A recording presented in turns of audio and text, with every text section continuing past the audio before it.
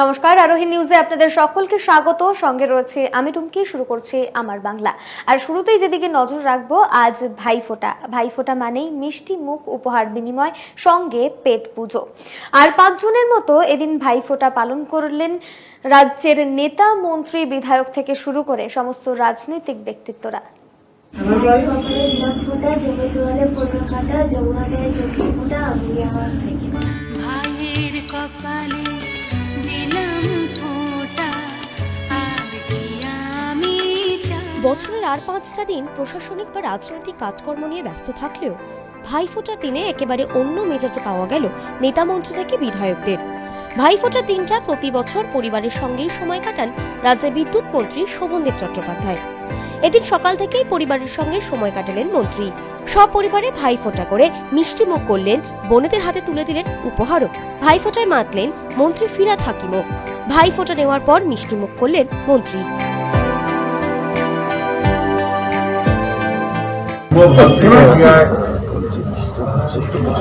আমার বাংলার সমস্ত বোনকে ভালোবাসা,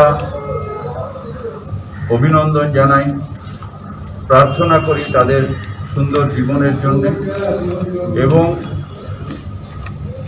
বাংলার যত ভাই বোন এক হোক, এক হোক, এক হোক হে ভগবান, এই প্রার্থনা আছে। বোনের কাছে ভাইফোঁটা নিলেন রাজ্যের আরেক মন্ত্রী অরূপ বিশ্বাস। অন্যদিকে ভাইফোঁটার আয়োজন হয় বিজেপির সদর দফতরেও। সোমবার বিজেপির রাজ্য সভাপতি দিলীপ ঘোষ, জয়প্রকাশ মজুমদার সহ বেশ কয়েকজনকে ভাইফোঁটা দেন বিজেপি মহিলা মোর্চার সভানেত্রী অগ্নিমিত্রা পল। চলে মিষ্টিমুখ ও উপহার আদান প্রদানের পালাও। বিজেপির মহিলা মোর্চার সহসভাপতি ভারতী ঘোষও এদিন দলীয় কর্মীদের ভাইফোঁটা দিয়ে মিষ্টিমুখ করালেন, উপহার তুলে দেন তাদের হাতে। বাড়িতে ভাইফোঁটা পালন করলেন বিজেপি নেতা মুকুল রায়। সব মিলে রাজনৈতিক বা প্রশাসনিক আঙ্গিনা ছেড়ে পরিবারের সঙ্গে খোশ মেজাজে পাওয়া গেল রাজনীতিবিদদের। ব্যুরো রিপোর্ট, আরোহী নিউজ। পথ শিশু এবং দুস্থ অসহায় শিশুদের জন্য ভাইফোঁটার আয়োজন করলেন বর্ধমান জেলা পরিষদের সভাধিপতি দেবু টুডু। এদিন বর্ধমান স্টেশন চত্বরে এই ভাইফোঁটার অনুষ্ঠানের আয়োজন করা হয়। উপস্থিত ছিলেন সহকারী সভাধিপতি দেবু টুডু, শিশু ও নারী কল্যাণ সমিতির কর্মাধ্যক্ষ মিঠু মাঝি সহ অন্যান্য সদস্যরা। এদিন মিঠু মাঝি সকল অনাথ ও শিশু এবং অসহায় ভাইদের ভাইফোঁটা দিলেন।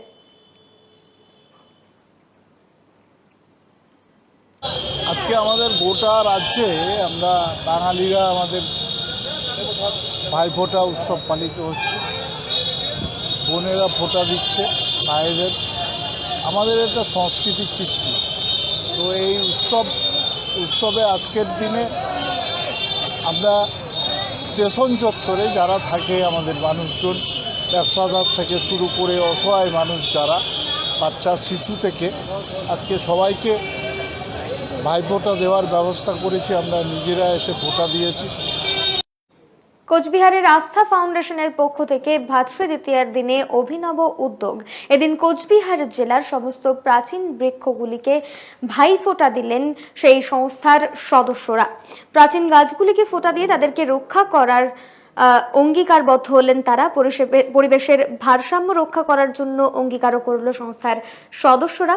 গাছকে বাঁচালে পরিবেশ বাঁচবে, পরিবেশ থাকলেই মানব সভ্যতা থাকবে। আজ সংস্থার পক্ষ থেকে সাধারণ মানুষের মধ্যে গাছের চারা বিলি করা হয়। পাশাপাশি উপস্থিত সকলের হাতে মাস্ক, স্যানিটাইজার তুলে দিয়ে মিষ্টিমুখও করানো হয়। ঠিক ভাইদের পাশাপাশি আজকে আমাদের মনে হয়েছে বৃক্ষকেও, গাছকেও পরিচর্যা করতে হবে, তাদেরকেও রক্ষা করতে হবে। বোনরা গাছকে ভাই মনে করে তাকে ফোঁটা দিয়েছে এবং এটা স্বাভাবিক, গাছ বেঁচে থাকলে ওরা আমাকে রক্ষা করবে। যেভাবে নগর উন্নয়নের নামে, কৃষ্ণায়নের নামে গাছ ধ্বংস হচ্ছে, এই সময় এই কর্মসূচির ভীষণ প্রয়োজন। সময় বিরতির আরো খবর নিয়ে ফিরছি, সঙ্গে থাকুন।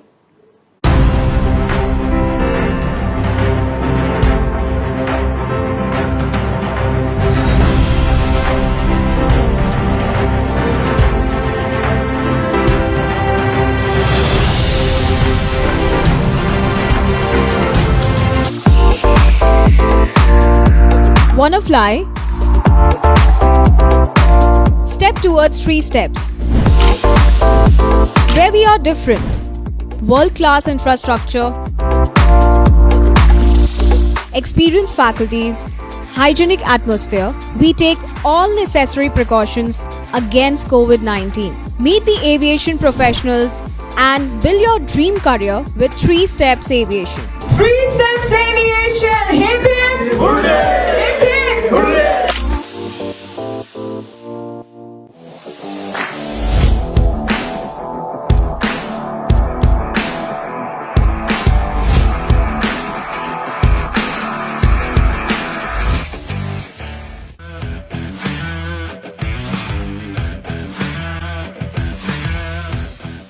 Welcome to Sinha Group of Companies, your genie in a bottle. Career advancement opportunities in aviation and hospitality.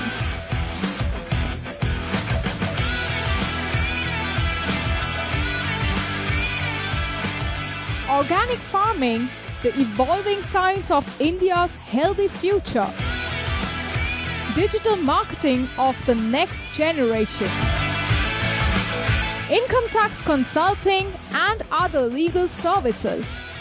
Home furnishing and decor, bringing your dream house to life. We know what you desire, so unleash your genie with Sinha Group of Companies and let the magic begin. Sinha Group of Companies, dream with India.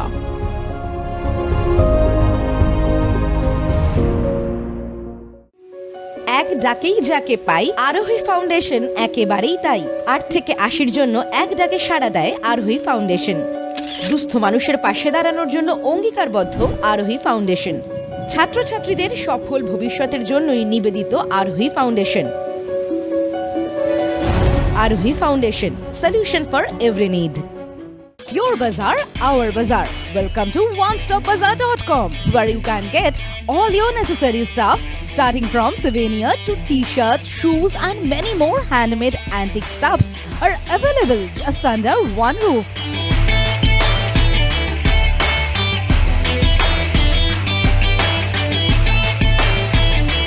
Our stores are available at airports like Kolkata, Guwahati, Imphal, Bagdogra, and you can also find us at City Center too. We are just one click away to serve your need. Visit onestopbazaar.com or www.onestopbazaar.com. Feel the Indiana.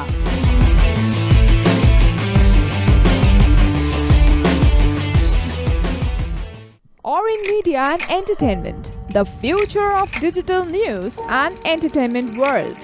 With evolving trends and rising popularity of the online market, our unique production will tick all the boxes in your playlist. We bring you binge-worthy videos that will blow your mind away. Something you just can't miss. Orin Media and Entertainment. Keep binging.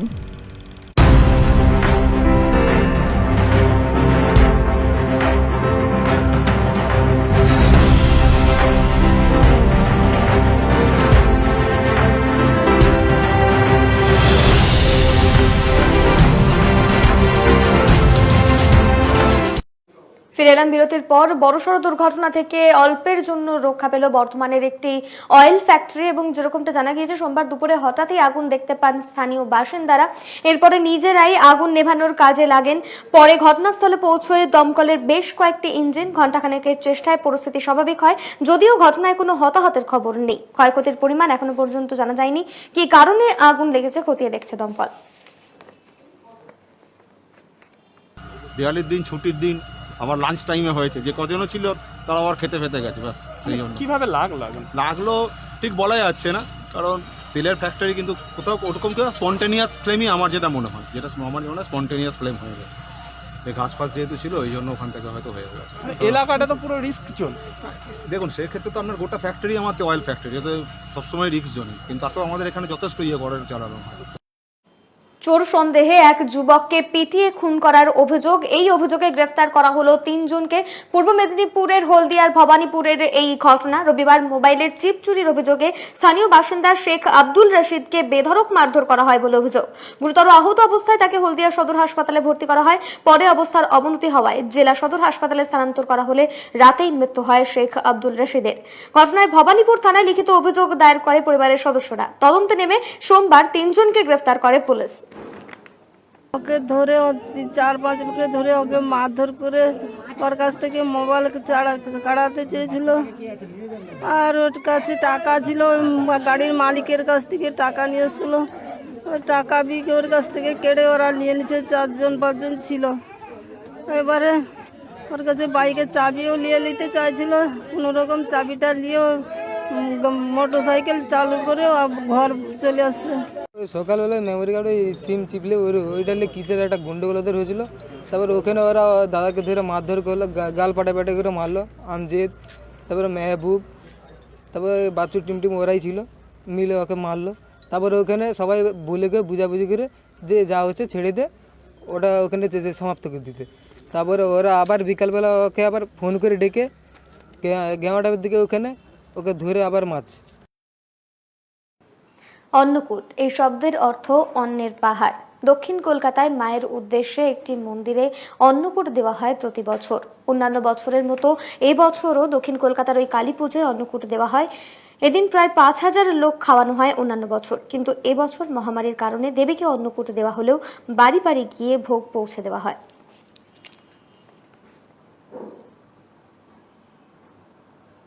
মাকে এখানে mainly আমাদের অন্নকূট দেওয়া হয় অতিথি নারায়ণ সেবা হিসেবে।